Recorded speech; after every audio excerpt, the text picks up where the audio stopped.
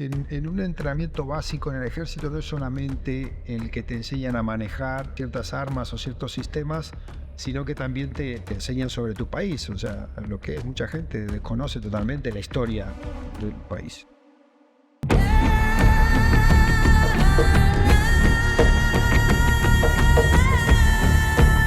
Quien se dedica a esto es dedicada 100% a ello. Entonces, cuando tenés una persona con una capacidad muy grande que se dedica 100% a algo, siempre vas a conseguir buenos resultados. Claro. Enseñas a la gente a defenderse, es un sistema que se llama Kala Combat. ¿Cuál es la diferencia principal con Krav Maga?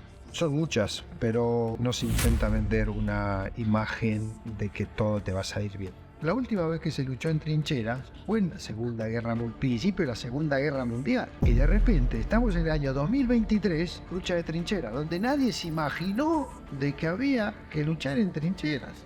¿Os pegaban en el sentido de que por castigo te cogían, te pegaban? ¿O era más enfréntate con tu compañero y el que...? La imaginación del hombre es inmensa, y más la de un sargento israelí. Bienvenidos un día más a Trippers Podcast. Bienvenidos, ¿cómo estamos? ¿Cómo estás? Mi gran amigo Alejandro Reyes. ¿Todo bien? Todo muy bien, hoy un poquito más serio de lo normal, ¿no? Vamos a entrar un poco más serio. Como que impone un poco más todo. Hoy tenemos con nosotros a Nahum Belver. Bienvenido.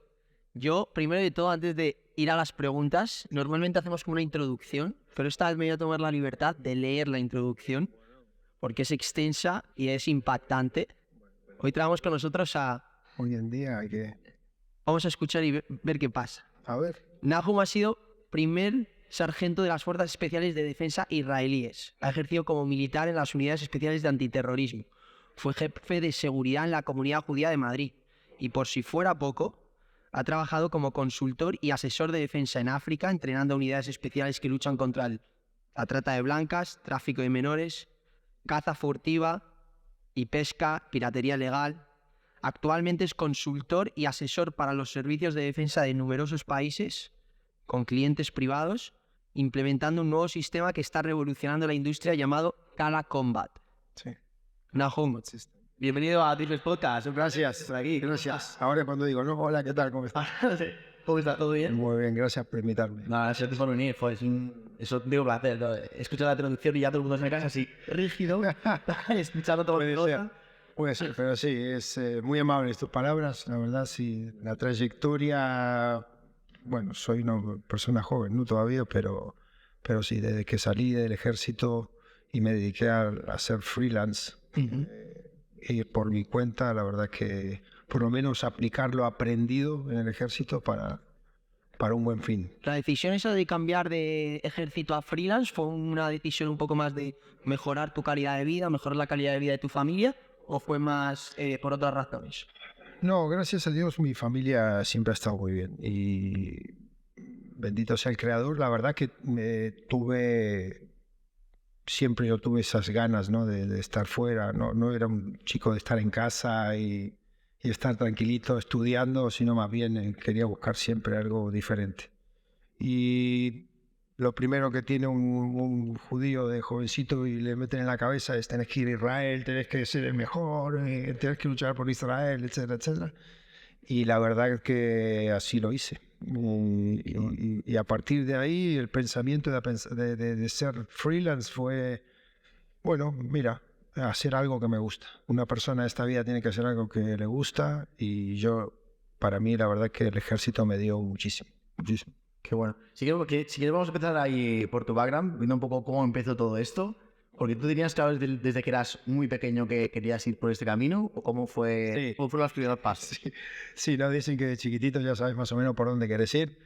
Y mi padre, bendita sea su memoria, siempre nos educó de la manera pues, de que decidamos nuestras cosas, lo que queremos hacer.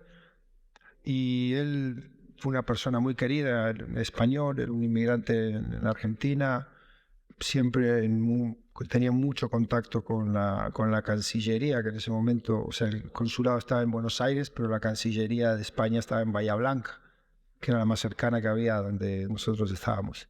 Y él siempre mantuvo esa relación con España y nos inculcó y nos dio siempre ese amor por España, ¿no? Y somos judíos, así que también tira para el nuestro. Y la verdad que de pequeño, sí, siempre tuvimos, tanto mi hermano como yo, más o menos, nos dedicamos a lo mismo. ¿Y cómo fue la historia en Argentina? ¿Tienes algunos recuerdos de aquella época? ¿Tienes recuerdos del colegio? ¿Sí? Ten en cuenta que nosotros nos fuimos, mi familia argentina en el año 89, más o menos cuando todos los cambios, incluso en Europa, empezaron a suceder, ¿no? Y sí, nuestra vida ahí era una vida en comunidad, la poca comunidad judía que había donde estábamos, en la ciudad de Neuquén. Y bueno, era una comunidad muy pequeñita, con pocas familias, pero que estábamos muy, muy involucrados en la vida judía de la ciudad. Qué bueno. Y nos ha dicho justo antes de empezar que te viniste a España con 14 años. Sí, ¿verdad? 14 años. Y entonces aquí hiciste, se puede decir, pues lo que es la educación secundaria, el bachillerato. ¿Y luego qué estudiaste? ¿O cómo fue luego el proceso cuando terminaste el colegio? No, automáticamente al finalizar el colegio me marché a Israel porque ya por edad quería entrar al ejército, me tocaba. Mi nivel de hebreo era lo típico, el rezo y 4 cosas más. Entonces, para estar en Israel, pues tienes que vivir aquello. Entonces, da igual de dónde vengas, tienes que aprender un buen hebreo. Incluso si te vas a alistar al ejército, te ponen un poquito, digamos, apresuran ese proceso de aprendizaje, ¿no? Pero yo también, la tendencia de mi religión, pues yo también primero quería aprender bastante sobre el país. Y mi primer año allí, mi año y medio, estuve en lo que nosotros conocemos como una yeshiva, que es donde aprendes solamente religión.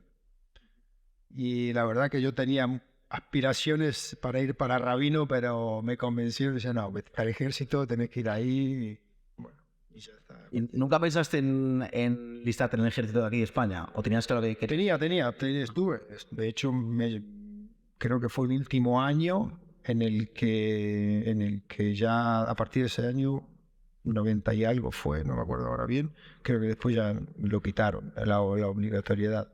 Entonces yo me habían alistado a la Fuerza Aérea, estaba para la Fuerza Aérea, pero viajé antes, pedí que no entraba y ya está, o sea, no pude. ¿Tú crees que se debería obligar a entrar al ejército? ¿No? El ejército, sí, yo creo que todo ciudadano tiene el deber y la obligación de saber defender a su país, o sea el que sea.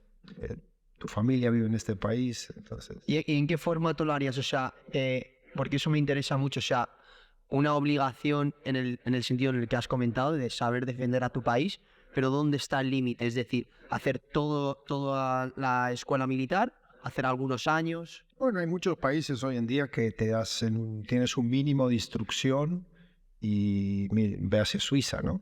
Y a partir de ahí tienes ese mínimo de instrucción, y a partir de ahí estás en el ejército, estás pero no estás, o sea, no te llaman y venís, sino X tiempo tenés un entrenamiento, y yo creo que sí, es muy, muy importante. O sea, un modelo como Suiza te parece interesante. Sería muy interesante en España. ¿Y cuál es el periodo de duración de este entrenamiento al que están obligados? Ellos es un periodo, creo que son 4 o 5 meses, más o menos. ¿Sí? Es más o menos lo que dura un entrenamiento básico en cualquier ejército del mundo. Más o menos los tiempos, ¿eh? No me agarres ahí en pinza, pero... Y a partir de ahí ya pasa a ser reserva. Y según reserva, pues te pueden utilizar para todo, ¿no? Desde emergencias hasta una situación de emergencia hasta una situación verdaderamente más complicada, que en España es difícil de ver, pero bueno. ¿Y crees que esa obligatoriedad de formarse en ese aspecto, crees que solamente mejoraría al país en el sentido de que la gente sabría cómo defenderlo o que también aportaría en otras cosas? Yo creo que te aporta un poco más.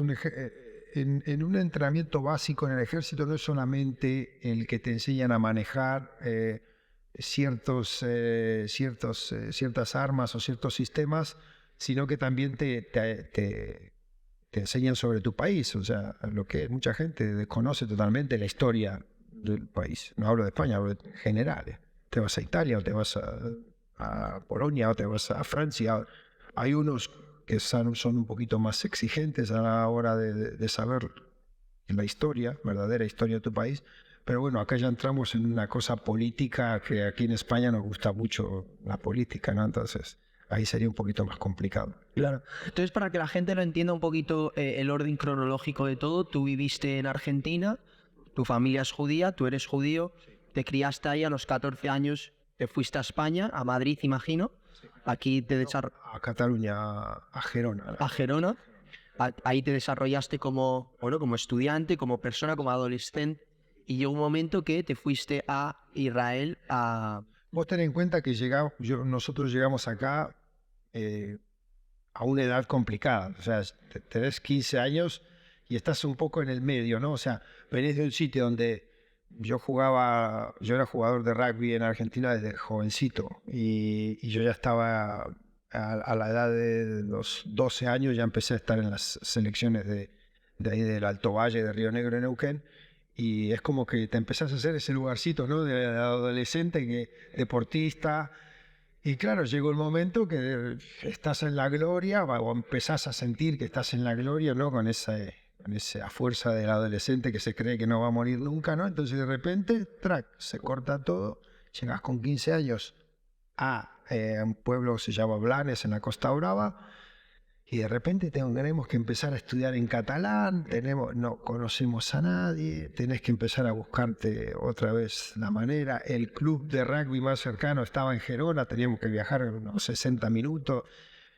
Mis padres tampoco estaban como para que ahora, viste, empezar a llevarte, traerte, y se hizo muy difícil. ¿Y cómo fue esa adaptación en el colegio, por ejemplo? Fue difícil. ¿Sufriste algo de bullying o...? No.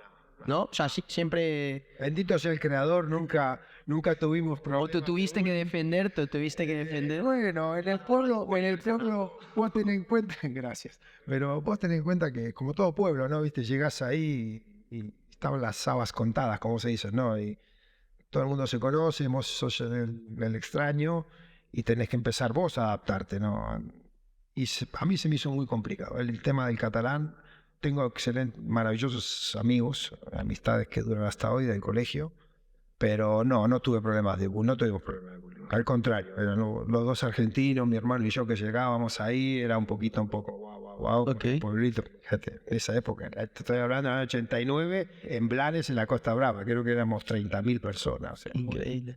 ¿Y cuánto duró ese periodo de adaptación? O sea, ¿en qué momento recuerdas que dijiste, ostras, estoy encontrando mi sitio? No encontré nunca el sitio. Yo luché por tenerlo y bueno, a mí un poquito lo que nos salvó era la época, te estoy hablando de los principios de los 90, que empezaba un poco, como acá en España llega todo tarde, entonces era la época que empezaba el tema de kickboxing y todo esto, y como nosotros siempre se nos dio bien el conversar con los puños, como se dice. Entonces... empezamos en una escuela de boxeo que había ahí, empezamos ahí a entrenar kickboxing y eso fue un poco lo que nos unió al pueblo, ¿no? Pero a mí se me hizo muy difícil. ¿Qué es lo más difícil o sea, lo que recuerdas que dices, joder, esto fue lo más difícil, que me costó más? Los estudios, Okay. porque era todo en catalán. Y yo tenía que, llegamos ahí, claro, y de repente sos un pibe joven y tenés la pregunta a tus padres, decís, escúchame, me trajiste a España y estamos hablando de otra cosa. Claro, estábamos, viste, un poquito así, era muy difícil. ¿Por qué decidieron ir a Gerona? Por familia, teníamos familia ahí y mi padre fue de familia y dijo, mira, escúchame, mi primo está ahí, estamos ahí, vamos a estar tranquilos, llegamos a un sitio donde la verdad que estamos bárbaros, no estamos mal, estamos bárbaros, el pueblo es una maravilla, o sea, es un pueblo de costa, es un pueblo de costa, la gente es maravillosa, entonces... es un pueblo, sí, catalán, pero hay la mayoría son descendientes de Murcia, ¿sabes? O sea, de Extremadura, muchísimos andaluces, hay un montón. Entonces, en ese aspecto estábamos nosotros, como se dice, alucinando un poquito. Interesante. Claro, veníamos de ahí, de la Patagonia. Claro. Y de repente caes aquí, Europa, ¿viste? Pero joder, o sea, estuviste ahí un tiempo, te costó y encima luego... Para salir un poquito más fuera de la zona de confort, decides irte a otro país completamente diferente, que lo que te une a él es la religión y que vienes de ahí. O mi cultura. Tu cultura, correcto. Y cambias totalmente de aires. Imagino que esa experiencia en Israel, al principio que comentabas que era un poquito más adaptándote a la religión, sí. ¿Eso cómo fue? Por ejemplo, tú tenías un background de familia judía, pero ¿la religión estaba muy en el día a día en tu familia o no tanto? Bueno, en las familias judías, yo creo que en todas, incluso en la más laica, tiene siempre esa presencia, no sé si te diría de religión, pero de tradición. Mucha tradición tenemos, mucha. Entonces la venís arrastrando, ¿no? Venís ahí con ese soporte, nosotros lo vemos como un soporte porque es un plus para nosotros. Y la verdad que a mí el irme a Israel fue más, fue una alegría. O sea, fue algo de decir, mira, por fin ya tengo una edad, puedo estar. Y cuando llegas a Israel es todo muy bonito, maravilloso, pero después tenés que empezar a moverte, ¿no? Y yo, por cosas de la vida, amistades de mis padres, caí en un buen sitio. En un buen sitio, digamos, en el centro, un kibutz. Llegué a un kibutz en el centro de Jerusalén. Un kibutz es como una, ¿cómo te diría? Israel se creó a base de kibbutzim. Un kibutz es donde un montón de familias viven juntas, se dedican a agricultura o a lo que haya y entre todas se aguantan, ¿no? Es un concepto muy socialista. Claro, veníamos de donde veníamos. Entonces, este kibutz se llama Ma'ale HaMisha, está a unos 15 kilómetros de Jerusalén, y la verdad que ahí la gente es maravillosa. Bueno, o sea, te fuiste con 18 años, ¿verdad? Acabas de 18 plus. Vale, ¿cómo fueron esos primeros meses ahí en Israel? ¿Cuál es el proceso? Porque tú te fuiste además enfocado al 100% en que ibas a entrar en el ejército, ¿no?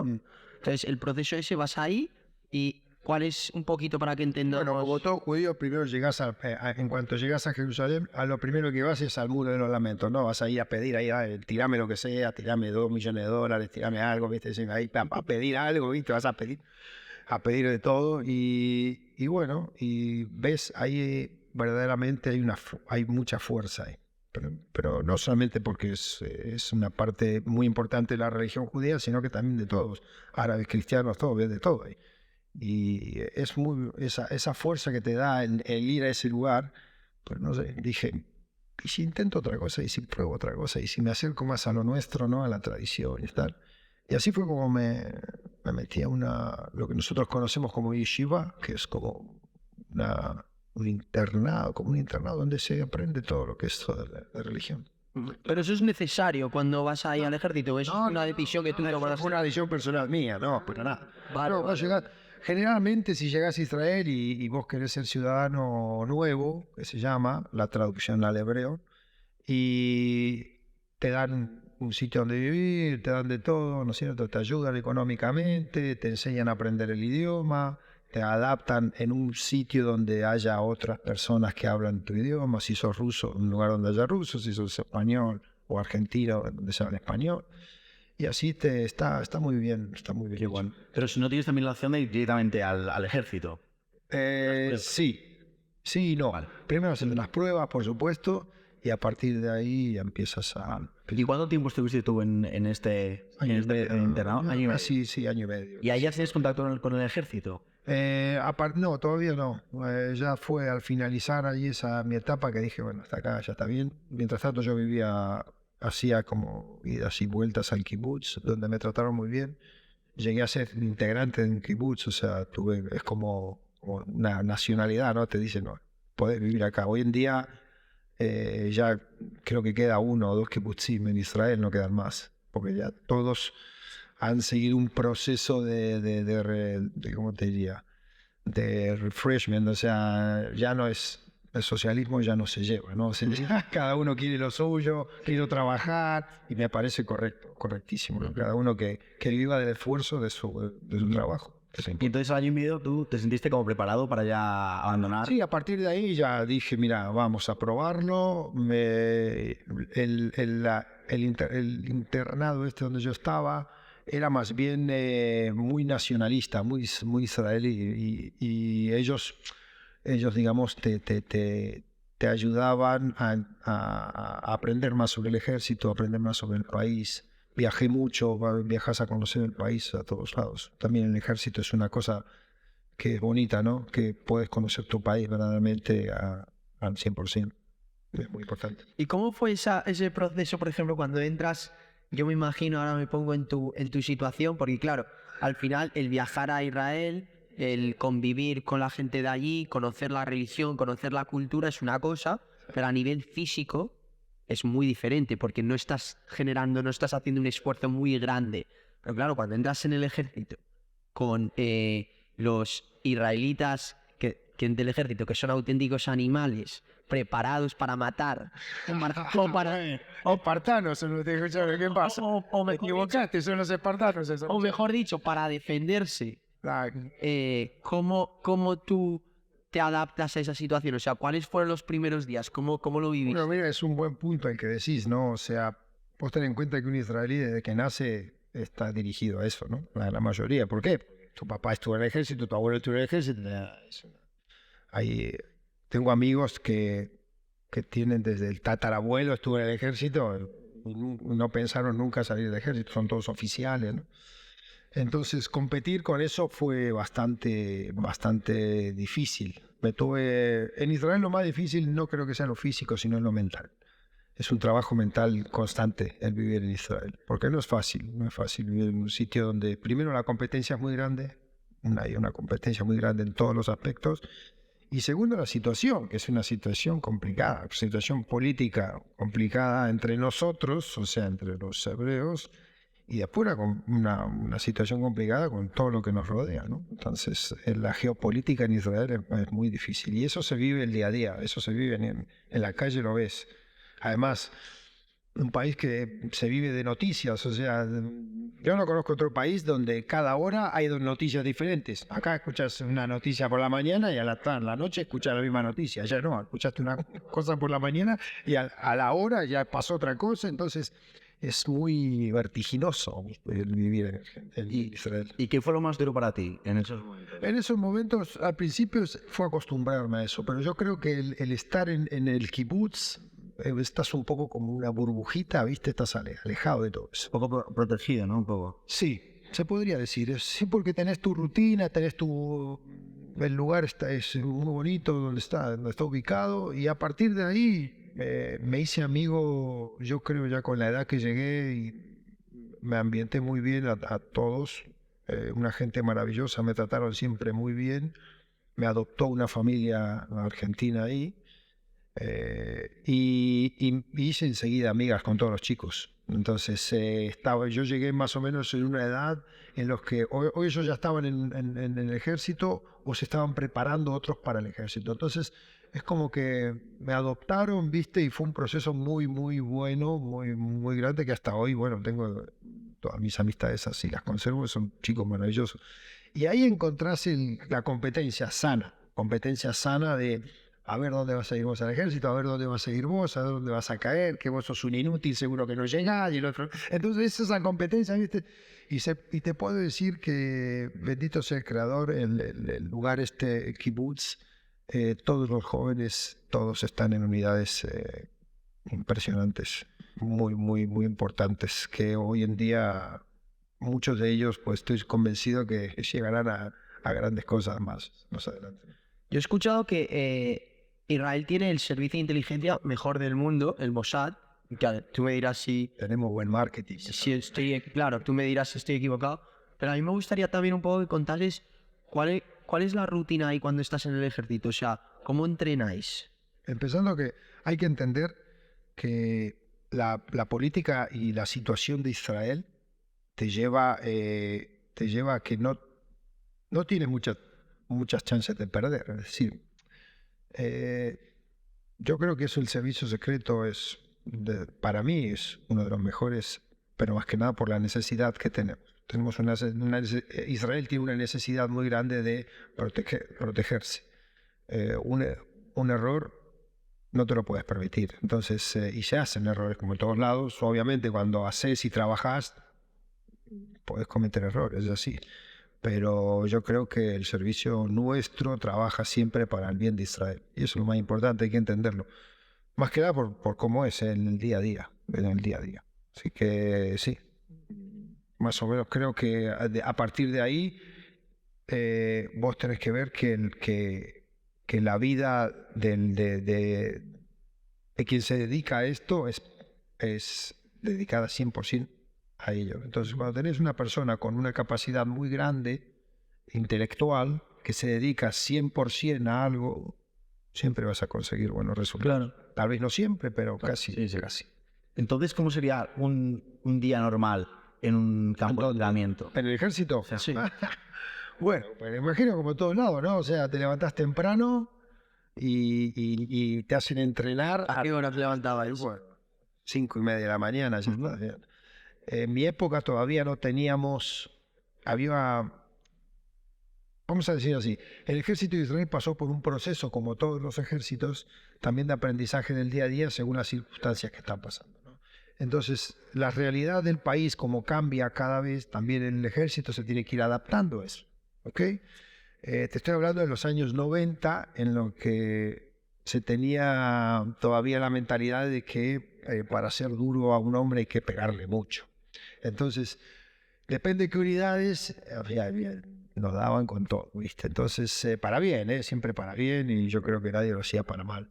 Pero sí, un día en el ejército era levantarte a las 5 de la mañana, todavía no estaba la ley de que te tenían que obligar a dormir. Ahora está, desde entonces, perdón, desde el año 98 entró la ley de que tenías que dormir 6 horas, mínimo.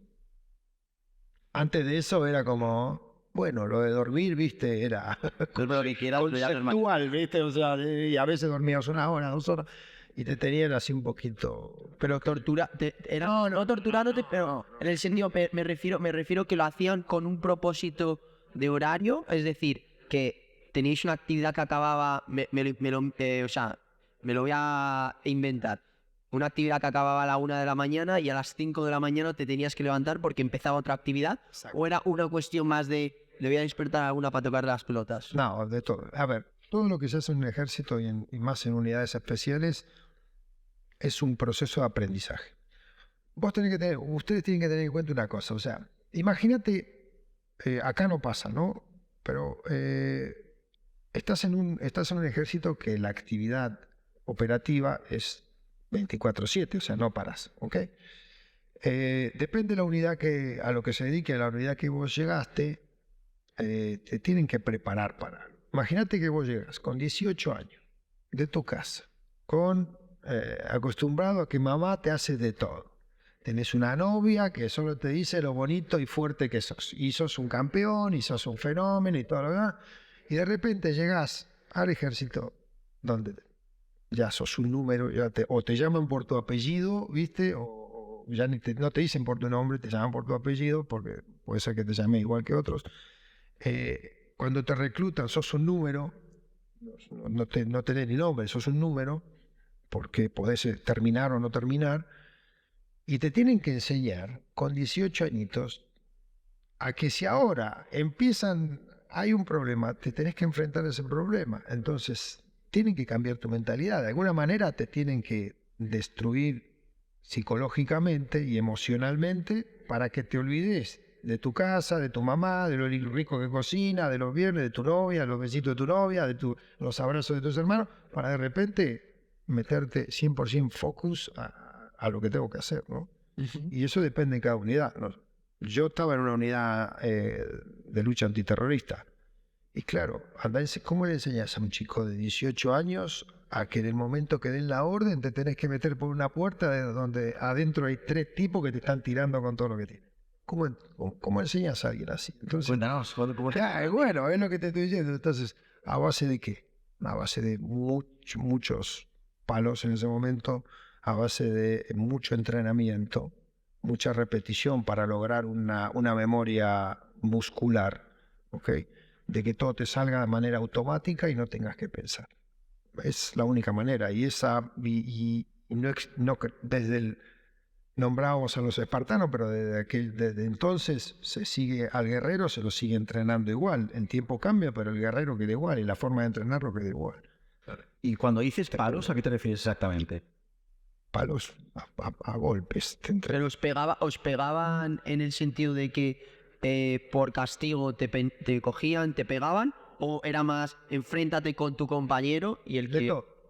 La imaginación del hombre es inmensa y más la de un sargento israelí. Entonces, y cuando estás reclutando a tus propios soldados, que van a ser los soldados que te van a acompañar el día que tengas una operación. Cuéntanos una de las más salvajes. No, salvaje, no le diría yo salvaje. Bueno, más impactante. Más impactante. O que más te sorprende. Entre todas, no, yo creo que es O una que nos quieras contar. No, hay de todo, pero yo creo que la base del entrenamiento era para cambiarte la mentalidad. Y por ejemplo, si te levantabas temprano por la mañana, tenías que hacer un montón de ejercicio físico, siempre cargando muchos pesos, no cometiendo errores, porque al mínimo error te echaban la culpa a vos, ¿no es cierto? Y pagaba todo el grupo. Entonces es un poco, te ponen en esa tesitura de decir... Estoy jorobando al grupo, ¿no? Estoy cometiendo un error. Y a veces ese error se pagaba. El sargento decía, sí, bueno, te equivocaste, bueno. Sabes que por tu equivocación acaba de morir todo tu grupo, ¿no? Sí, bueno. Entonces ahora, parate en el medio, y iba pasando uno por uno, pues no podías hacer nada y te tenían que pegar. Claro, te tenían que pegar unas patas. Te pegaban de todo, y bueno, te podías defender. Entonces, y te pegaban todos, éramos 20 o 18, imagínate. Y ahí entraba la rabia de cada uno, ¿viste? Escuchame, a este le tengo una bronca, ¿viste? ¡Pum! Y te pegaban unos piñazos que te dejaban mal. ¿Dónde iban? ¿A la cara o más? No, en la cara no, porque queda marca, pero el cuerpo generalmente. Y sí, pero esa es, vamos a decir, esa es la graciosa. Imagínate toda la demás, ¿no? Entonces, si esa era la simpática, entonces había de todo. Es muy difícil. Yo creo que nuestros instructores lo tenían muy, muy difícil en esa época. Y hoy en día creo que es más difícil aún, con todo digamos, lo políticamente correcto que no se puede decir. Claro, yo quería hablar un poquito. Era buenísimo. Una anécdota, pero a ver. Nos fuimos a entrenar hace poco a una unidad especial en Israel. Y cuando empezamos, la persona con la que yo estaba, que es Idan Abolnik, el creador del sistema Kala, empezamos a insultar como nosotros estábamos acostumbrados, ¿viste? Le llamás de todo, le decís, sos X, sos así, y vos le tenías que ver la cara del capitán. El capitán, o sea, el capitán, un rango fuerte en la unidad, ¿no? Que fue el que nos trajo. No digan eso, por favor, no insulten más, no podés insultar, no podés decir esto, no podés decir aquello. Claro, nosotros nos quedamos súper cortados porque es como que, viste, te quitan un poco de armas, ¿no? Pero bueno, por eso te digo que entonces no se cortaban, nos decían de todo. ¿Sí? Pero tú crees, por ejemplo, eso, porque antes has comentado también una cosa que, por ejemplo, bueno, que os teníais que levantar a las 5 de la mañana y que en aquel entonces no había una regla como tal. 5 de la mañana, te digo, pero a veces... nos decían, andate a dormir a las 7 de la tarde, dormías 4 horitas o lo que sea y te levantaban. Ya a las 12 estabas. A las 12 te levantaban a la 1 o a las 2. Claro, y no había una regla como tal estipulada para decir, no. Tienen que... Y ahora sí, y ahora por ejemplo estás comentando también que cuando vas a Israel no se les puede decir nada. O sea, en cierta manera es verdad que es muy duro decirlo. Y ahora usan protección, se ponen protección, se ponen cascos, se ponen de esto, claro, no se van a hacer aquí. No sé. Claro, entonces yo a lo que voy es, ¿no crees que se está debilitando un poco al hombre y al ejército de esa manera? Porque claro, a lo mejor tú puedes decir, joder, pues es ilegal ahora, tienen que dormir. Y tú dijiste antes, has comentado, que se pensaba en aquel entonces que el dormir poco no era de hombres, como que no afecta si tú duermes, no afecta a que tú luego vayas a ser más duro o menos duro como hombre. Pero en cierta manera todo esto que estás comentando ahora a lo mejor sí que debilita un poco al hombre y hay que ser muy duro. Entonces, ¿cuál está esa fina línea? Bueno, yo creo que primero aclarar que el ejército de Israel está compuesto por mujeres y por hombres. En mi época no había no existía la obligación. No me va a salir la palabra. Bueno, no existía la obligatoriedad de que las mujeres estén en unidades operativas. ¿Okay? Lo máximo que podía ser una mujer para ser operativa en ese momento era instructora. Entonces, nuestras instructoras, por ejemplo, los francotiradores, las instructoras son mujeres, no son hombres. Las instructoras de físico eran la mayoría mujeres. Ese, digamos, era lo máximo que podía llegar. Hoy en día son combatientes. Las chicas también son combatientes y tenemos que decir que tienen también, digamos, su trabajo es increíble lo que hacen, es importantísimo. Pero bueno, vuelta a lo que me preguntaste. Yo creo que cualquier ejército serio que quiere entrenar combatientes para ir verdaderamente a vivir situaciones límites, no tiene que perder ese concepto de exigencia. Hay muchas maneras de exigir a una persona, no solamente el pegarle, no solamente el tratarlo mal, no solamente... Hay muchas maneras de hacerlo, ¿cierto? Y lo más importante es que ese combatiente sea consciente de lo que hace y que entienda el porqué. Hay que darle un porqué, una razón. Tú cuando no tienes una razón de algo, no entiendes por qué lo estás haciendo y lo puedes dejar de hacer. Entonces, cada unidad, yo creo que cada unidad especial en todos los ejércitos, por poco operativo que sea, todos tienen un objetivo y luchan por eso. Y sí, la exigencia es un factor clave. Sin eso no lo vas a hacer. O sea, si no te acostumbran a caminar 100 kilómetros bajo la lluvia, con frío y con mucho peso, ¿qué te va a pasar cuando lo tengas que hacer de verdad, ¿no? O sea, es a donde vamos. Que si no me enseñan ahora a cuando estoy exhausto, tengo que levantar a mi compañero que pesa 85 kilos y lo tengo que subir a mis hombros y llevármelo o arrastrarlo bajo fuego. Si no viviste eso en un entrenamiento, yo creo que es nulo que lo hagas es imposible en una situación real. No lo vas a hacer. Tu cerebro no está capacitado para eso. O sea, te has comentado que estabas en la unidad antiterrorismo. Una de ellas. Es una del ejército, sí. ¿En cuál en específico? ¿Había diferentes modalidades? Sí, según el regimiento, vamos a decir, nosotros nos dividimos, en Israel se lo divide por el color de la boina. Tenés rojo, verde, violeta, hoy hay marrón, ahí cambian según cada cosa. Nosotros estamos en las verdes, boinas verdes. ¿Y cómo la diferencia entre colores se diferencia entre dureza o...? No, va por zonas. La zona de trabajo. Centro, norte, sur. Vale, o sea, depende cómo estás localizado. De esa manera también se dividen los tours. O sea, en mi época estábamos todavía enfrentándonos con el grupo antiterrorista Hezbollah en el sur del Líbano o norte de Israel. Y ahí dependía, por ejemplo, en la boina, 4 meses estaba un regimiento junto con otros, se dividían por zonas y así, ¿no? Pero las unidades especiales trabajábamos en todas las zonas, trabajas en todas las zonas, ¿no? Y la preparación es la misma, o sea, no quiere decir que... Sí. La preparación es exactamente, vas a las mismas bases de entrenamiento. Vale. Y muchas veces tenés oficiales que no son de tu unidad, vienen de otra unidad. Claro. Y en esos fases de entrenamiento, o sea, ¿qué actividades exactamente se realizan? O sea, ¿cómo se prepara uno para combatir contra un grupo terrorista?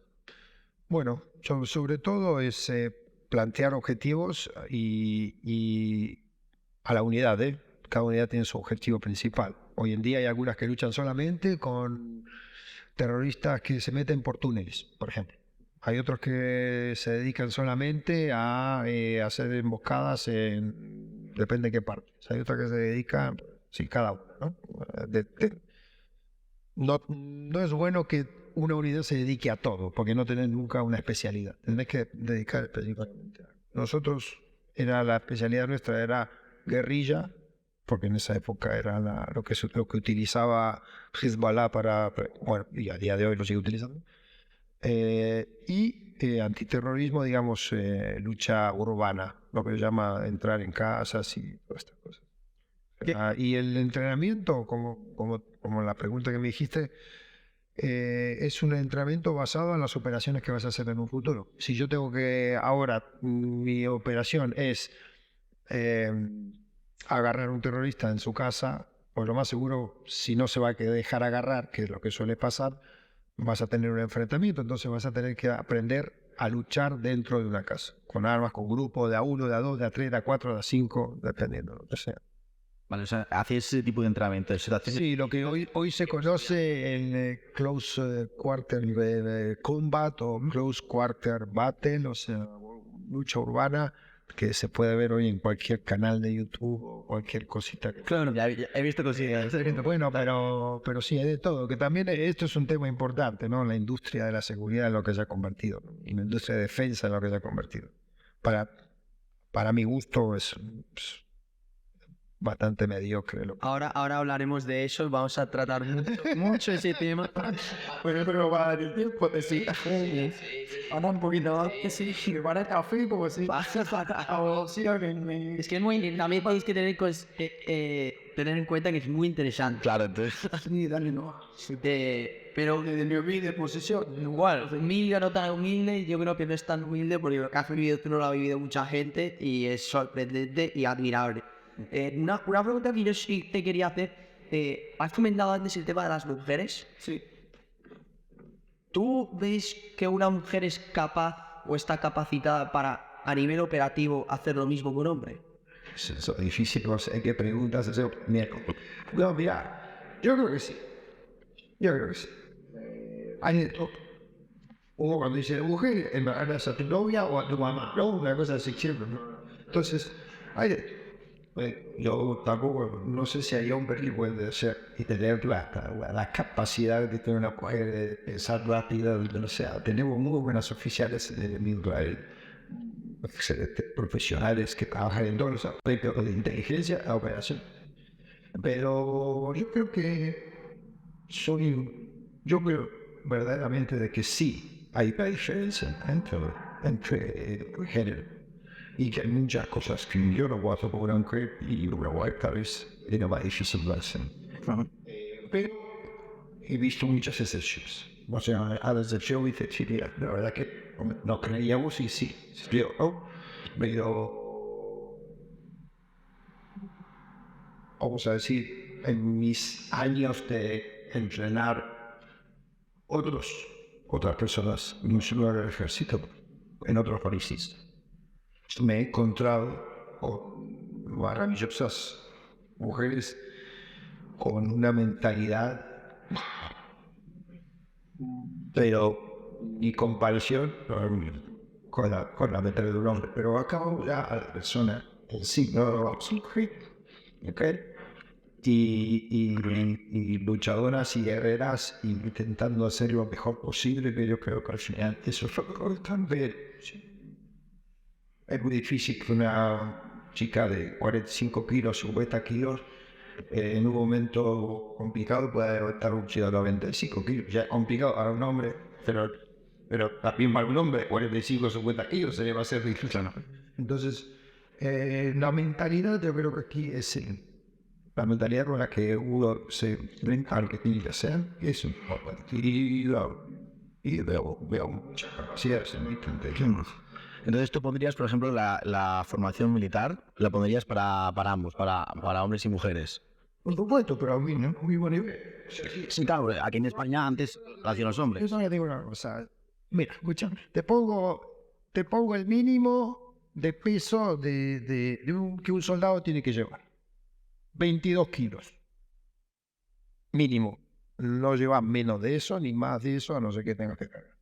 Si yo le pongo a todo, me da igual que seas hombre o mujer, me da igual. Lo que peses, me da igual. 22 kilos vas a tener que llevar. Y ahora, corres 5 kilómetros. Y tenés un mínimo para llegar. Si no llegas, entrenemos, a ver si lo logras hacer. Pero si no llegas, ¿por qué tengo que rebajar yo? ¿Por qué te tengo que rebajar para aceptar a alguien que no puede hacer? Entonces, ahí es donde, yo creo que aquí es donde está el punto, ¿no? Es decir, ¿por qué tengo que, si a alguien no le doy esa posibilidad de hacerlo, ya el hecho de no dárselo a alguien ya estás admitiendo de que hay una diferencia. Entonces, yo creo que hay que ser más práctico y más efectivo. Entonces, tú vas a lo que quieres hacer en este aspecto en el ejército, en lo que vas a hacer. Si yo ahora me pongo a competir con una mujer y que es una fenómena en inteligencia y no llego, pues que me van a hacer el examen más fácil a mí porque no tengo la capacidad intelectual que tiene una chica. No, me parece algo totalmente, ¿sabes? Injusto, ¿no? No solamente. O bueno, sí, no es práctico. O sea, no, escucha, que el nene medio así hay que bajar, no lo hagas siempre junto, hacerle una y que sea fácil. No, chévere, te vas a enfrentar a vida o muerte, no es una broma. Pero, o sea, en eso estoy teniendo como... Me está costando entender algo que, claro, si la mujer y el hombre están capacitados ambos para estar en un ejército en operativo, que operativo, si no me equivoco, es en la misión... Sí. Claro, tú estás diciendo, tienes que correr con 22 kilos, 5 kilómetros con un tiempo. Sí. Hazlo, seas mujer o no seas mujer. Y si no lo haces, estás fuera del ejército. Seas hombre o No, mujer. el ejército de la unidad. Bueno, de la unidad, perfecto. Siempre puedes participar en otros. Claro, pero en ese caso, ¿no crees que hay unas limitaciones fisiológicas y científicas comprobadas que, por ejemplo, si tú estás en una casa con un terrorista o 3 terroristas y tienes que hacer uno para uno, defenderte de uno, atacar al otro y tal, una mujer a lo mejor jamás en la vida va a estar capacitada para hacerlo? No, O eso no es así. sí es. Eso no, o sea, esto es como todo. Si te entrenan bien, Vale, eso es lo que quería si te escuchar. entrenan bien, tenés un buen instructor, tienes una buena capacitación, tenés el tiempo suficiente, te puedo decir que te sorprendería lo que cualquiera puede. No hablemos de género, cualquiera puede ser. Vale. Entonces, esa es la base. Que aquí vamos a lo que te decía antes, en lo que se ha convertido la industria de defensa. Hoy en día te pintan todo como si fuera un jueguito de Call of Duty. No es así, la verdad, la realidad es totalmente diferente a lo que te vende. Pero bueno, todo el mundo tiene que vender su producto, ¿no? Y tiene que hacerlo de la mejor manera. ¿En qué sentido te lo venden? ¿En qué sentido es diferente? ¿Cómo es la realidad? La realidad es muy dura, es muy dura. La realidad de un enfrentamiento es muy difícil, es muy complicada, ¿no? No sé. Entonces tú estás viendo, por ejemplo, ves cualquier video en donde te pintan todo como muy fácil, ¿no? Como que, mirá, vos le haces así, vos haces así, o mirá, la técnica esta de armas se hace así porque es mucho más fácil y siempre parten desde un punto de vista de vas a ganar. O sea, el que tenés enfrente no sabe nada, es manco, ¿viste? Es ciego, no lo ve, o sea, es un inútil. Y no, y el que está enfrente también quiere sobrevivir igual que vos, no es que no se va a dejar matar. Y lo estamos viendo ahora mismo, en esta desgraciada guerra que hay en Ucrania, y que ahí se está demostrando, se está demostrando que la tecnología, como bien se puede saber, es importante, pero no es la base de todo. Al fin y al cabo vas a necesitar gente y soldados que luchen. Hay una frase muy buena que nosotros decimos con respecto a lo que decían antes. Un buen plan tiene que ser siempre una buena base para cambios. O sea, no tiene que ser algo rígido, si no, no es un buen plan. Si no estás preparado para lo que te viene, generalmente el plan A nunca funciona. Siempre tenés que pasar al B, al C o al que te toque en ese momento. Eso lo aplica mucho a la guerra, ¿no? Yo creo que sí, pero es en general, ¿no? Vos pensás que va a salir así, A, B, Z, y de repente te encontrás una cosa que no la habías pensado, ¿no? Claro, eso es bueno que lo digas porque hay mucho ahora emprendedor y mucho empresario que dice, no, yo no tenía plan B, siempre tenía mi plan A y por eso lo conseguí. Bueno, a veces también tienes que ser... Estoy seguro que yo creo que no fue exactamente así, ¿no? El que dice uno, no, seguramente habría... Pero ¿sabes lo que te digo? Siempre hay cambio, porque no... Claro. La vida es así, ¿no?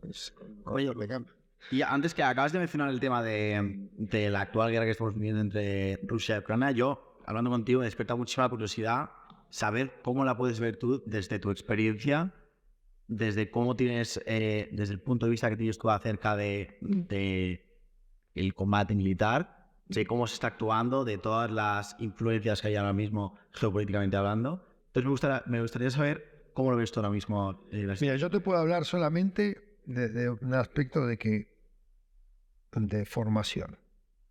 Sí, porque lo has comentado, ¿no? Geopolítica no soy. Vale. Soy político, no me dedico a esto. Tengo mi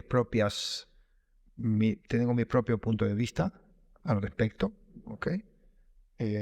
Pero a lo que yo lo llevaría, o mi opinión es más en el aspecto de que nos hemos dado cuenta una vez más, primero, que la realidad supera cualquier ficción o cualquier idea que puedas tener de lo que pueda suceder. Y segundo, es que se sigue probando en el día a día que da igual esto de la tecnología, viste, que te venden, ¿no? Y ahora están los drones y ahora hay un robot que salta y dispara desde el aire. Sí, está todo muy bien. Y unas cámaras que te filman y te graban y te dicen. Y los tanques de última generación que son una barbaridad. Y al fin y al cabo te das cuenta de que esos tanques, esa lucha, todo vuelve a lo mismo que antes, ¿no? Al guerrero, al combatiente, al que tiene que estar ahí. Que si no estás ahí no puede pasar nada. Si tienes que conquistar una ciudad, al fin y al cabo vas a tener que meter soldados, vas a tener que luchar en las calles, vas a tener que ir abriendo y tener una estrategia y planificar. O sea, la guerra no ha cambiado, sigue siendo lo mismo. Lo que pasa es que la tecnología que te intentan meter a fuerza, ¿no es cierto? Yo creo que en muchos aspectos no funciona. Y lo estás viendo, y al fin y al cabo depende de la calidad del combatiente. Te puedo decir ahora mismo, sin miedo a equivocarme, hay hoy en día combatientes de que vos le sacás el hollow point, el punto rojo del arma, le sacás la mira Trigicon de última generación, le sacás el Elbit, le sacás todo eso y le dejás solamente el arma con el cargador puesto y las miras de metal, y no saben utilizarlo. A eso hemos llegado. ¿Por qué? ¿Por qué? Porque esta lucha del mercado, que vamos a vender algo nuevo, y estas miras que ya, mira, escúchame, te pones esta mira y ya no tenés que utilizar nada más.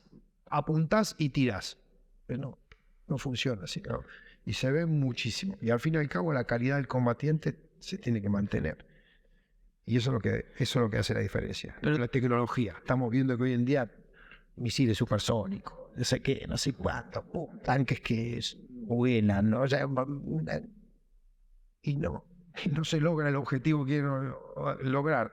Una brigada chiquitita con un RPG que se fabricó en el año 1940, te detiene un tanque de estos nuevitos, viste, que creías que son imbatibles.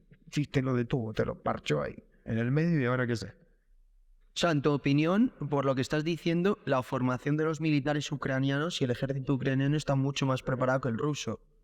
Si te estoy entendiendo bien. No entendiste nada. Bueno, pero porque Rusia tiene mucho más dinero, tiene mucha más tecnología. Al contrario, o sea, vos tenés que... Da igual el bando, no elijas el bando. Okay. No elijas bando, no digas nada. Yo ahora te pongo una situación. Lucha de trincheras. La última vez que se luchó en trincheras fue en la Segunda Guerra Mundial, principio de la Segunda Guerra Mundial, final de la Primera. Escuchame, estamos hablando de 100 y pico de años. O sea, es una barbaridad. Y de repente, estamos en el año 2023, lucha de trincheras, donde nadie se imaginó de que había que luchar en trincheras. Una trinchera son, no tenés menos de un metro, un pasillo de menos de un metro que no podés levantar la cabeza porque se te ve todo el cuerpo, tenés que luchar casi a gatas, tenés que avanzar disparando constantemente, tenés un tipo detrás. Esto nadie lo dice, pero en una lucha de trinchera tenés más posibilidad de morir por el fuego de tus compañeros que el que te tira adelante. Y eso no se entrenaba. Y ahora, pum, de repente se lo encontraron ahí y había que empezar. Y, claro, y llegaron estos, llegaron ya sean rusos o ucranianos, y llega una brigada que nunca entrenó eso, pues imagínate lo que le pasa a esa brigada cuando entra a una trinchera.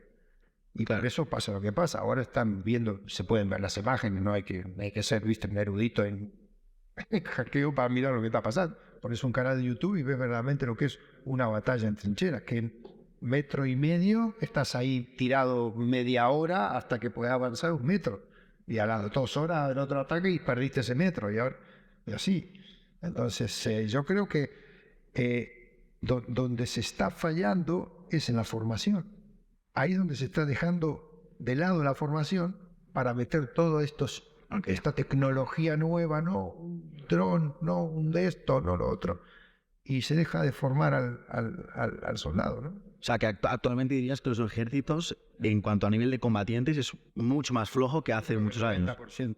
Bueno, y además que estamos hablando de que Ucrania y Rusia, que son uno de los países más militarizados del mundo, porque claro, si hablamos ya de España, pues apaga y vámonos, porque Ucrania está muy militarizado, ha tenido muchos conflictos con Rusia durante muchísimos años, imagino que han estado muy preparados, con muchos militares, Rusia, pues otro nivel, invirtiendo billones de dólares año tras año en el ejército, y ahora él está diciendo que no están preparados. Pues imagínate países que no invierten. Yo diría que no están preparados. Yo creo que sí que están preparados, pero que hay un nivel de formación que es limitado. Tú tienes una limitación, y tienes que decidir, como todo ejército, se rige por la política del país y cuál es la estrategia política que quiere seguir ese país. O sea, el ejército tiene que apoyar, ¿cierto? Entonces, tanto en Estados Unidos, por ejemplo, la política es una política más expansionista, imperialista, que va, donde voy pongo una base, decido lo que se hace ahí, y si no me gusta, hago un golpe de Estado y cambio el gobierno. No, la típica, y esta, pues eso tienes que acostumbrar, te tienes que adaptar ese ejército al trabajo del país, a donde tiene que ir, tiene que estar en todos lados, tiene que aprender a pelear en selva, en desierto, en el Ártico, o sea, tienes que prepararte de esa manera. Y yo creo que a veces pasa de que no van las dos cosas juntas. Y ahí es donde vienen los problemas. Claro, y ahora que estamos hablando de formación, Sí. porque tú has estado muchos años en África, formando a unidades de defensa, algunos años, ¿en qué consisten esos entrenamientos que tú hacías? Lo mismo. O sea, es enseñar unas tácticas básicas que muchos ejércitos no la tienen, más que nada porque ellos mismos no tienen esos instructores, esas escuelas, ¿no es cierto?, que se dedican a eso. Y sí, enseñas más o menos a pelear según el ambiente, según donde estés en ese momento. Y hay un sistema, ¿verdad? Que se llama Krav Maga, no sé si lo he pronunciado bien. Sí. Que ese era antes el más conocido, no es el que estás enseñando ahora, ¿verdad? Pero ese es como el clásico, el sistema de combate clásico. Es el sistema de defensa digamos, el sistema de defensa personal creado por un judío, Emil Steffel, y que se utilizó desde el principio de la creación del Estado de Israel como un sistema de defensa sin arma. O sea, ten en cuenta que la mayoría de los ataques en Israel son con cuchillos, hachas, machetes, palos. O sea, entonces había que defenderse de alguna manera de eso. Y sí, se creó este sistema, se le puso el nombre de Krav Maga. Tiene una base muy fuerte de lo que se enseñaba en el Royal Army en la Primera Guerra Mundial y luego en la Segunda. Es una base muy fuerte. Y después, obviamente, adaptado a la realidad que tenemos en Israel. Yo he estado viendo vídeos en YouTube de entrenamientos de este tipo y, o sea, recomiendo a todo el mundo verlo porque es una locura. O sea, es un sistema que, bueno, yo lo primero que pensé cuando lo vi dije, claro, es que aquí vale, o sea, absolutamente todo. Porque yo, pues, estoy acostumbrado a ver lo máximo de combate que ves es UFC o cosas así, que son llevados más al deporte y al que uno gana por un resultado deportivamente.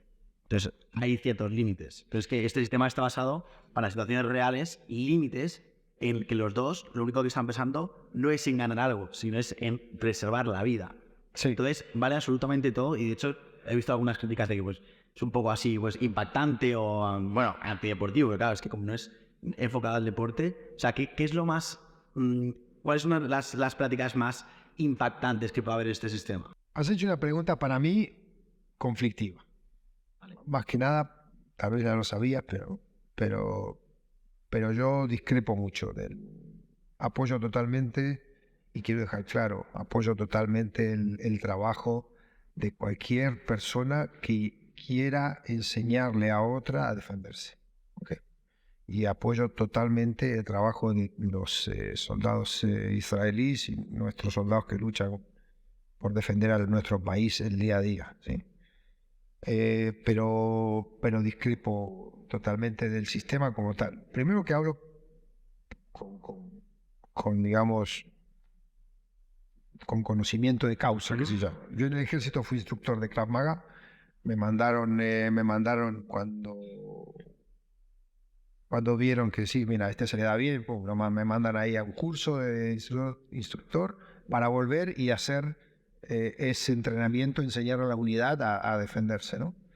Pero claro, tenemos que entender que el Krav Maga militar ha cambiado mucho, ha evolucionado mucho. En mi época teníamos, obviamente, técnicas para defendernos de todo tipo, pero no las usabas nunca, porque nunca se daba. ¿Ok? Y hoy en día se puede ver de que tampoco. Lo puedes ver en cualquier CCTV video, puedes ver la mayoría de ataques que hay a un soldado, nunca utiliza el Krav Maga. Creo que hay un reconocido instructor, que la verdad que hay que darle todos los respetos porque el hombre respondió a un ataque terrorista directamente como le han enseñado y nos han enseñado. Escuchó que había un ataque, escuchó que había un problema y corrió hacia el ataque, que es parte de, eso sí hay que reconocer, es parte del entrenamiento de la mentalidad que te meten en el ejército utilizando Krav Maga, pero y el muchacho fue, se enfrentó él y 5 personas más, creo que se enfrentaron al terrorista en un almacén y le tiraron ahí unas latas de esto al tío, no sé qué, y se le tiraron encima y el chico este pues le hizo el conocido mataleón, como hacen los luchadores de Jiu-Jitsu, y así lo controló entre todos, ¿no? A partir de ahí es como dijeron, se utiliza Krav Maga, eso fue Krav Maga, no sé, yo diría que fue más Jiu-Jitsu que Krav Maga, ¿no? Pero bueno, o sea, hay que darle el honor y el respeto a ese hombre por salvar a tanta gente y neutralizar al terrorista, ¿no? Al margen de esto, en el ejército, el Krav Maga es totalmente diferente a lo que se conoce hoy en día. Incluso hoy en día en el ejército se hace otra cosa. Entonces... o sea, porque para que la gente lo entienda, ¿qué es el Krav Maga? El Krav Maga es el sistema de defensa israelí, ¿okay?, que se utiliza en en casi todas las unidades del ejército. ¿Pero en qué consiste a nivel...? Consiste en saber defenderte, una serie de técnicas que te enseñan a defenderte a partir de, ¿cómo te diría?, el principio de defensa y ataque simultáneo. O sea, a la vez defendes y a la vez atacas. Pero en la realidad nos dice que eso es improbable que pase. No puedes hacer dos cosas a la misma. Vos haces una cosa, vos haces otra. Porque si, como decimos, intentas hacer todo a la vez, seguramente no logres tener una especialidad en algo y no seas bueno en nada. Entonces, al margen de todo, me van a comer a mí acá cuando diga esto, pero al margen de todo lo que se haga y lo que se vende y lo que muchos viven de eso y no hay que tocarle el pan a nadie, ¿no? O sea, es importante. Y otra vez, respeto a todas las personas que intentan ayudar a otros. Pero no quitas de que siempre haya algún charlatán. Otra vez, yo discrepo. Unos pueden decir, no, es que claro, como vos haces otro sistema, entonces claro, no vas a hablar a favor de... No, para nada. Yo creo que sí, que hay la parte más práctica que tiene el Krav Maga es la mentalidad. Es la mentalidad. En ese aspecto, ¿no? Entonces, que decís, bueno, tengo que sobrevivir como sea, escuchame, uso una mesa, una silla, golpeo aquí, golpeo allá, al margen de las pequeñas técnicas, ¿viste? Cómo agarrar así, cómo hacer así, lo que sea. La mentalidad de siempre ir para adelante, siempre intentar neutralizar el objetivo, moverte, yo creo que sí. Eso es positivo. Eso es positivo. Y entonces, o sea, porque para que la gente lo entienda ahora, tu sistema, el sistema en el que trabajas tú y enseñas a la gente a defenderse, es un sistema que se llama Kala Combat, sí, que es un sistema diferente. Sí. ¿Cuál es la diferencia principal con Krav Maga? Son muchas, pero lo más, primero que no vendemos, no se intenta vender una imagen de que todo te va a salir bien. Al contrario, te ponemos en la tesitura de que no todo te va a salir bien y que posiblemente no salga de un ataque. Entonces, primero es a partir de la defensa, digamos, el principio nuestro es a partir de la defensa, una defensa determinada que tenemos, comenzar a interactuar con el atacante dentro de las posibilidades que tenga, porque puede ser un ataque sorpresa y ya, olvídate, no interactúa nada, tienes que verdaderamente responder, ¿no? Y a partir de ahí, intentar controlar tú la situación para darte un poco más de chance a la hora de sobrevivir. Pero todo tiene que ver con el entrenamiento. Si no entrenás en el sistema y no lo practicás, perdés tus capacidades. Eso es lo bueno que tiene. Entonces, tenés que estar constantemente, uno, entrenando, dos, metiéndote en la cabeza situaciones que generalmente vos decís no pueden pasar. Esto es imposible que pase. Que vengan 3 tíos, uno con un hacha, uno con un machete y otro con un cuchillo, es imposible que pase. Vos decís, no puede ser. Entonces, no entrenás nunca eso. Y de repente fuiste a un sitio y te apareció uno con un machete, uno con un cuchillo y uno con el hacha. ¿Y ahora qué haces? Y eso pasa. O sea, yo te puedo decir, en las clases de Krav Maga nunca me pasó que estuve con alguien que utilizó Krav Maga y sobrevivió, ¿vale? O salió de un embrollo. En cambio, he entrenado con infinidad de gente que entrenó nuestro sistema, sobre todo en Sudáfrica, donde la violencia es tremenda, y utilizaron el sistema. Y conozco policías que han utilizado nuestras técnicas hoy en día, aquí, en España. Y dicen, Nahum, esto funciona, tío. Digo, ¿qué esperaba? No te había enseñado que no funciona. O sea, verdaderamente estoy dando algo que sí. Y me llaman y me mandan mensajes. Ayer hemos detenido a 2 en X sitio. Ayer neutralizamos a un loco en una iglesia con una machete utilizando tu técnica. Y tío, el tío salió bien, lo neutralizamos tranquilamente, lo posamos, lo agrilletamos y salió todo como en los entrenamientos. Pero claro, ellos sorprendidísimos, como diciendo, que funcione de verdad, no que no me vendan una moto. Y yo decía, escúchame, ¿cómo te voy a vender una moto? Es tu vida, no te voy a vender algo que no. Claro. Pero, o sea, para que la gente lo entienda, por ejemplo, en un ejemplo claro, si estás en una fiesta y sales de la fiesta, te viene un tío con un cuchillo y te quiere atracar, ¿cuál sería la diferencia entre Krav Maga y Kala Combat en esa situación? Es que primero entrenaste esa situación. No es un tema tanto de técnicas, sino de situaciones que tiene mucho que ver la técnica. Aquí no te lo puedo explicar así de manera tan rápida, pero tiene mucho que ver cómo te enfrentas tú psicológicamente a ese momento. 2, la manera en la que lo hacemos, ¿ok? Hay una manera específica en la que se trabaja, pero sobre todo es la mentalidad. Es la mentalidad de decir, escúchame, está pasando, ya viví esta situación, porque si yo te vengo a entrenar, tú me dices ahora, mira, Nahum, enséñanos cómo puede ser un ataque de cuchillo. Yo no te voy a poner enfrente de alumno A, alumno B, venga, ponte así, haz así, no. Ya desde el principio te voy a cerrar los ojos y te voy a decir, venga, atácalo. Y cuando sientes el primer golpe, te quitas la venda, ves lo que hay y ahí empiezas a reaccionar según la técnica que te enseñé, por supuesto.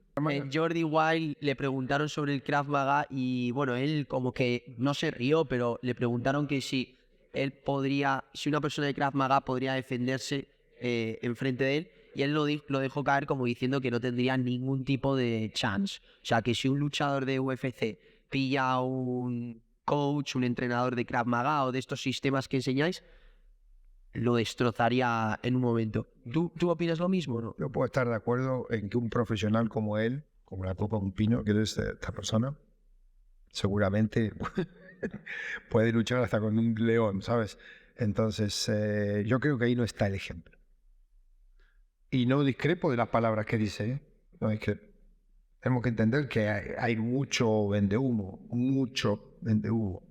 Y eso a nosotros, y más Aidana Volnik, que es el creador del sistema, es algo que es un tema que es un no-go zone, o sea, no pasamos de ahí. Yo no te voy a vender, nosotros no te vamos a vender algo de que no te sirva o de que no esté probado de que funcione. ¿Okay?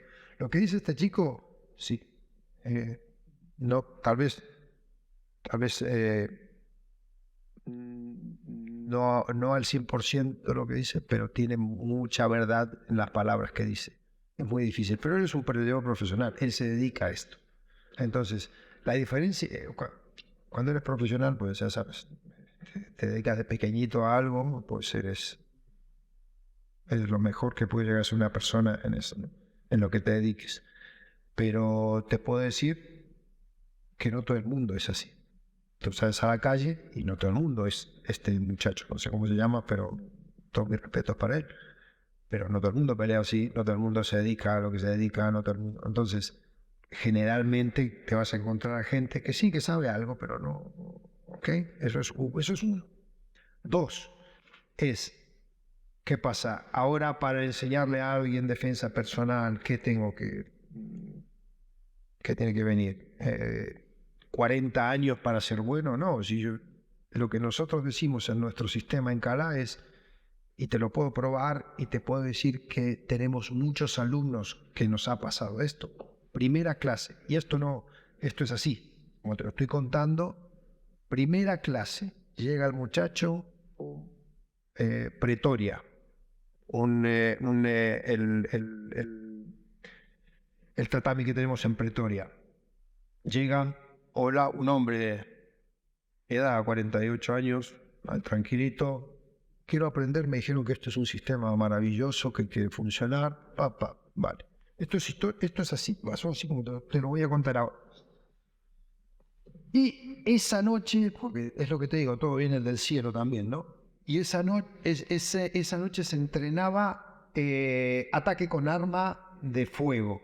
Es decir, alguien viene, te pone una pistola en la cara y dispara o no dispara, o te amenaza, o te pide que te vayas del sitio, o te pide dinero, o te pide lo que sea, ¿vale? Ese es el entrenamiento, ese es lo que es el issue. Vamos a tratar hoy esto, ¿vale? Llega el muchacho, no sabía nada, no tenía base de nada, no sabía boxeo, no sabía nada. Entonces, se le dieron las 4 o 5 pautas, ¿no es cierto? Y se trabaja mucho. 1 hora en Calá, te puedo decir que acabas exhausto, porque trabajas mucho mental y físicamente. ¿Qué pasó? Este muchacho se le enseñó la técnica 4 o 5 veces, te enseñamos mucho, te gritamos mucho lo que tenés que hacer en el momento que te pasa el ataque, y generalmente el grito es muévete hacia adelante, move forward, muévete hacia adelante. ¿Por qué? Para acortar la distancia, ¿vale? Hasta acá todo fantástico. El tipo salió encantado, voy a volver, salió muy tocado. Llega a su casa, se va a dormir con su mujer, mitad de la noche, la mujer lo toca, dice, Chris, llama a Chris, hoy es instructor, hoy es instructor, bendito sea el creador, y que lo cuide mucho tiempo.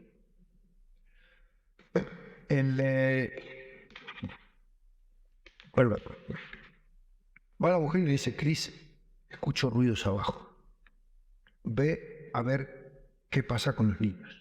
Tenía 2 niños pequeñitos, tenía una niña de 4 años y otra de 6. Abre la puerta, esto es así, abre la puerta del dormitorio. Cuando abre la puerta del dormitorio, una 38 enfrente de su casa, calibre de un revólver 38 enfrente de su cara, así, con un criminal, o sea, un muchacho moreno, y dice que lo primero que escuchó en la cabeza fue el grito de move forward. En el momento que él se mueve, porque hay una manera de moverse hacia adelante, claro, automáticamente hubo una detonación, le dispararon, porque el tipo apuntó y le disparó. El cartucho le entró al girar, porque nosotros siempre decimos que cuando haces lo que hagas, muévete siempre de la línea donde estás, porque todo lo que va a acontecer generalmente en el cerebro del que tiene delante, él tiene ya una manera de trabajar, entonces va a ir lineal, muévete de esa línea.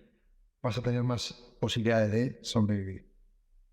El cartucho le entró por aquí, le salió por aquí, le voló toda la mandíbula, le destrozó toda esta parte. Él dice que levantó la cabeza, salió todo el techo lleno de sus trozos de esto, pero fue hacia adelante, cogió el brazo del muchacho, empezó a golpear, a cabecear. Dice que él solo veía borroso, no veía nada más.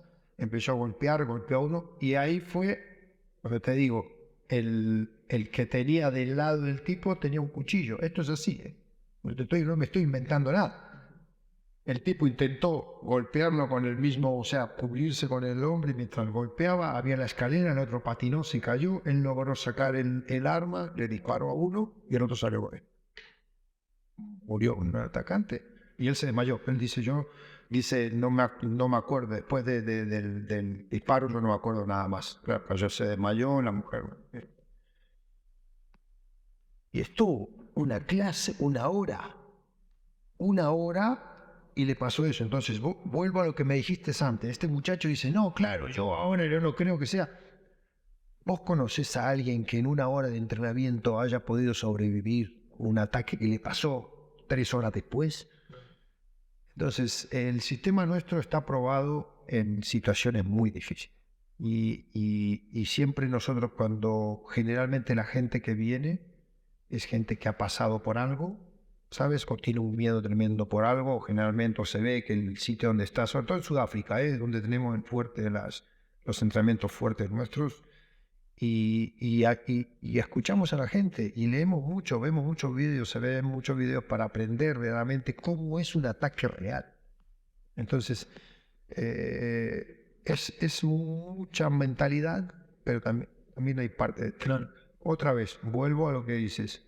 Yo no voy al campeón de... Ya, vas al criminal, al fuente que te... La que necesita la ayuda. Claro, efectivamente. Ahora te voy a decir otra cosa también, Johannesburgo, año 2017 creo que fue, 16. Hubo ahí unos peleadores de UFC, se hizo el UFC en Johannesburgo, vinieron 4 chiquititos con una pistola y en la entrada de un hotel robaron a 4 peleadores no te digo los nombres para no, ¿sabes?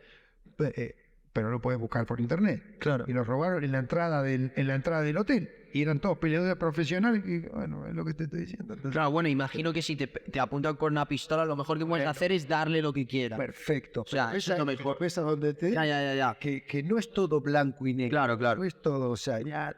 Hablas mucho de Sudáfrica, ¿no? En Sudáfrica, ¿qué es lo que hacéis? Ahí está la base. ¿Pero por qué? ¿Qué pasa con él? Que ahí vive el que creó el sistema y da la bola. Ajá. Y en Sudáfrica hay muchos problemas, muchos conflictos. Es Sudáfrica y México creo que son los países. ¿En serio? ¿Donde más violencia hay? Sí. México y Sudáfrica, a día de hoy también. O sea, creo que Johannesburgo creo que es la 4ª o 5ª ciudad más peligrosa del mundo, una cosa así. Después, y aquí, o sea, aquí en España, ¿consideras que es peligroso este país o para nada? Bueno, lo podemos ver en la televisión, lo que está pasando últimamente, ¿no? Cada vez va más, una cosa que va más. O sea, ¿crees que todo el mundo debería aprender a defenderse en situaciones de este tipo? Yo creo que es tener conciencia, awareness, creo que se llama, tener un poquito de conciencia de lo que pasa alrededor de uno, no ir... Claro. La vida es bella. No hay que ser paranoico, ¿no? Que también te enseñamos eso. En el sistema nuestro te enseñamos a no ser paranoico, a entender, pero a no ser paranoico. Claro. Hay que tener un poquito de... He visto que en tus redes sociales, por ejemplo, criticas mucho el gobierno español en este tema, en las inversiones que hacen en defensa, en el ejército, incluso, pero una crítica he visto bastante contundente, poniendo vídeos de las cosas que han pasado aquí en este país, y bueno, achacando que hay una total ignorancia en el tema de defensa personal y sobre todo lo achacas también a que no se le da los recursos necesarios a la gente que debería aprender esto. Yo creo que ahí va el punto, ¿no? Mi crítica es, te puedo decir que en España, yo no lo digo la materia prima, es decir, el personal, la gente, ¿sí? Los hombres y mujeres que son hoy trabajan de agentes de Fuerza y Cuerpo de Seguridad del Estado, desde vigilantes de seguridad hasta una fuerza especial en la unidad que quiera, el ejército o policía o guardia civil. Y te puedo decir que la calidad humana es increíble. Es increíble la capacidad humana que hay en este país. Pero no se le dan los recursos necesarios. Y hay muchos, te diría, hay conceptos que no se tratan. Hay otros que son tabú. Hay otros que son, pues mira, mejor lo dejamos así porque esto, bueno, ¿para qué traer algo nuevo? ¿Para qué probar algo nuevo? ¿Para qué? Y lo vemos cada día, lo ves. Yo creo que en muchos aspectos, muchas intervenciones que se ven, que ves que hay una carencia muy grande, pero es que nadie lo quiere hacer. Yo te puedo decir, no te voy a decir ni unidad, no te voy a decir nada. Pero te digo que he tenido el ejemplo de que a una unidad nos ha dicho, mira, lo que haces es increíble y ojalá lo pudiéramos hacer, pero si yo traigo el sistema, tanto el táctico como el otro, lo traigo a esta unidad, voy a tener que cambiar todos los protocolos y eso no lo voy a hacer. Entonces, y te quedas como diciendo, ¿me está diciendo de verdad lo que me está diciendo? ¿Pero y cuál es la razón que te dan? Pues eso. Dinero. No, yo creo que el dinero no ¿Pero qué es? O sea, es pereza. A ver, no, tampoco. Vos ten en cuenta, a ver, si durante 25 años estuviste haciendo una cosa y vos tenés montado una manera, unos instructores, una escuela, y durante tantos años venís enseñando X, cuando llega alguien y te dice, mira, escúchame, podrías hacerlo de esta manera y sería mucho mejor. ¿Qué pasa con toda esa gente? Esos instructores que hace 25 años que vienen haciendo lo mismo y que no sirve porque se ve que no sirve y te lo dicen los compañeros en la calle, no sirve lo que nos enseñan y lo que nos enseñan no es real. Tú dices, escúchame, ¿y por qué no lo vas a seguir? ¿Qué hago ahora con el muchacho? ¿Tengo que empezar de nuevo, otra vez de cero, enseñarle de cero porque tiene que empezar otra vez de cero? Pero, ¿Entiendes? sí, pero por ejemplo... Al chiringuito que tengo montado, Claro. y ahí no voy a salir. Claro. Porque si salgo de ahí, estoy diciéndole a todo el mundo que yo no sé. Escúchame, yo, el instructor especial de la unidad especial tal, le voy a decir a todos los demás que estuve equivocado durante 25 años. Lo vas a... Escúchame, eso es muy difícil. El ego es muy grande. Es muy difícil encontrarte una persona que te diga, mira, hasta acá. Pero de todas maneras, ¿no crees que, por ejemplo, en Europa, yo he visto listas y he visto un poquito No antes... solo, perdóname, no solo en España, eso pasa en Europa, Claro, en Europa. Porque, o sea, antiterrorismo, hablando de unidades antiterroristas aquí en España, capital humano muy bueno, e incluso se habla bien de España en esa específica área, pero además estás diciendo que aún así no hay inversión, no hay... Que sí, que ahí otra vez, el dinero aquí no es el problema. Es la formación. Yo creo que cierta parte de la formación. Pero aún así se identifican como una unidad buena respecto al mundo. Pero es la formación y un poquito también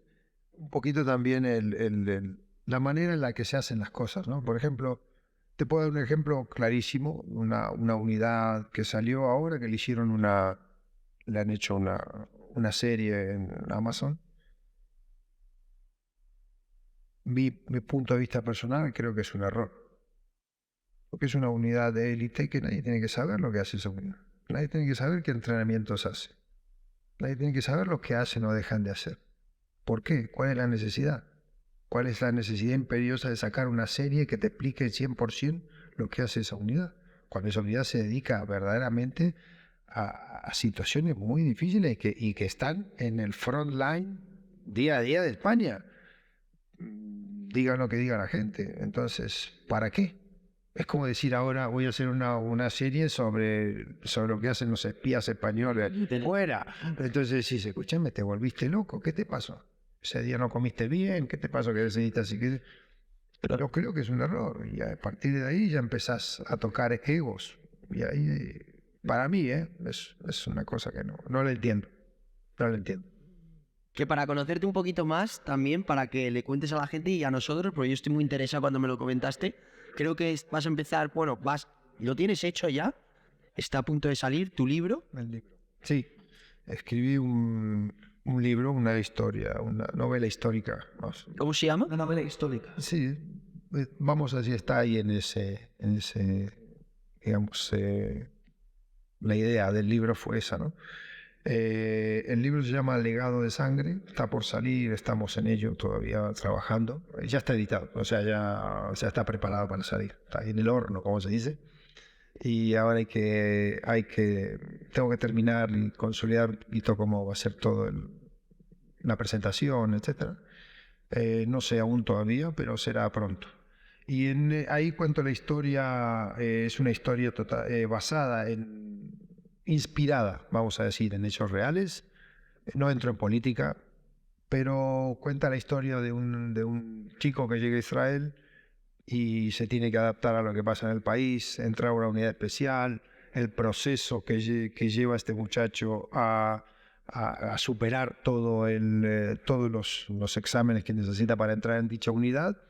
Y está, digamos, situado en un contexto temporal de la Guerra del Sur, o sea, la guerra que vivimos hasta el año 2000. Y un poquito todo lo que vive esta persona, lo que pasa, ¿no? Un personaje histórico del pasado para tener una charla. Mordechai Anilevich. ¿Quién es? Lo tengo que buscar, ¿no? Es el joven que lideraba la resistencia judía del gueto de Varsovia. 3 cosas que van a ser diferentes de aquí a 50 años. Mi hija, mi familia e Israel. ¿Vale? ¿Qué prefieres?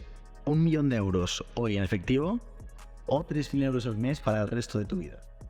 Diría que 1 millón. 1 millón, vale. Imagínate que falleces en el día de hoy. Sí. Y te da la oportunidad de revivir en el futuro. ¿En qué año elegirías nacer otra vez? En la época de mi abuelo. No, pero tiene que ser el futuro. ¿Futuro? Sí. Futuro. Pues la época de mis nietos. Pero ¿Vale? conocer a mis nietos. Vale, muy buena. No puedo llamar bisnietos. Bisnietos. O sea, los hijos de los hijos. De tus hijos. Quisiera saber dónde estoy en ese momento. Si se acuerdan del viejo. Se me sí. Vale, siguiente pregunta. ¿Cuánto vale un Bitcoin? No tengo ni idea. Pero 20.000 y algo, ¿no? Era por ahí. Bien. ¿Tenés algo? Por eso tengo que hablar con mi tesorero. Mira, me falta acá, viste, el campeón, o sea, Ni idea, pero veas. Ethereum. Lo más importante es cuánto vale Ethereum, porque invertí en Ethereum. Eso no Mira, tú. Entre los míos. Vale, perfecto. Siguiente pregunta. Si pudieras vivir la vida de otra persona que esté muerta o viva ahora mismo, ¿cuál elegirías? No, prefiero mi propia vida. No. Hay que elegir. Carmen. Puede que no sea una persona en concreto, sino un estilo de vida. Una profesión en concreto, un puesto de trabajo, lo que sea. Mi padre. Vale, perfecto. ¿Crees que la raza humana va a seguir viva de aquí a 500 años? Sí, pero no sé cómo. No. Esto es bueno. ¿Qué prefieres? ¿Morir ahogado o morir de amor? Es lo mismo. Es lo mismo. ¿Crees en la vida extraterrestre? Creo en Dios. Así que, como creo en Dios, tengo que creer que hay más vida en otro sitio. Y última pregunta, ya que este podcast se llama Tripes, siempre le preguntamos a todos los invitados que nos cuenten el mayor trip que se han pegado en su vida. Y justamente tú que eres una persona que ha vivido tantas experiencias a unas límites, nos gustaría que compartieras una de esas experiencias con nosotros. Cuando nació mi hija, y eso fue lo que me hizo plantearme la vida desde el principio. Y fue muy gracioso porque yo esperaba un niño, ¿no? A pesar de que yo ya veía que era una niña, ¿no? Y lo digo porque es gracioso, porque fue lo que se me ocurrió en ese momento que sucedió. Estaba la madre de mi hija sentada, estaba saliendo por ahí un niño, o sea, yo me quedé ahí flipando, o sea, el peor error de tu vida es ver que sale por donde sale tu hijo, ¿sabes? Pues ya no vuelva a ver eso de la misma manera. Entonces, sale la niña y me la dan a mí directamente, porque la madre estaba como así de los calmantes. y la llevo ahí al sitio donde estaban, ahí al lado, hay un metro, y le empiezo a contar los deditos. 1, 2, 3, 4, 5, 6, 7, 8. Y cuento los de la mano, cuento los de los pies, los 2 ojitos, que tiene todo abiertas las fosas nasales, los oídos. Y claro, estaba la enfermera mirándome como diciendo, ¿qué está haciendo este pavo, no? Y le abro los pies, y obviamente era una niña, y grito, ¡la churra! ¿Dónde está la churra? Me habían dicho, claro, y la enfermera se quedó, pero, ¿cómo? ¿Me de un niño? ¿Qué pasa? Y claro, la tía se quedó flipada. Y de ahí se escucha a la madre de mi hija, que había un cuento, ¡eres idiota! O sea, lo único que pudo la pobre, ¿no? Pero sí, ese fue, el nacimiento de mi hija fue lo que cambió. Yo creo, si sin el nacimiento de mi hija, hoy te digo, no sé dónde estaría, porque hice muchas cosas, no todas.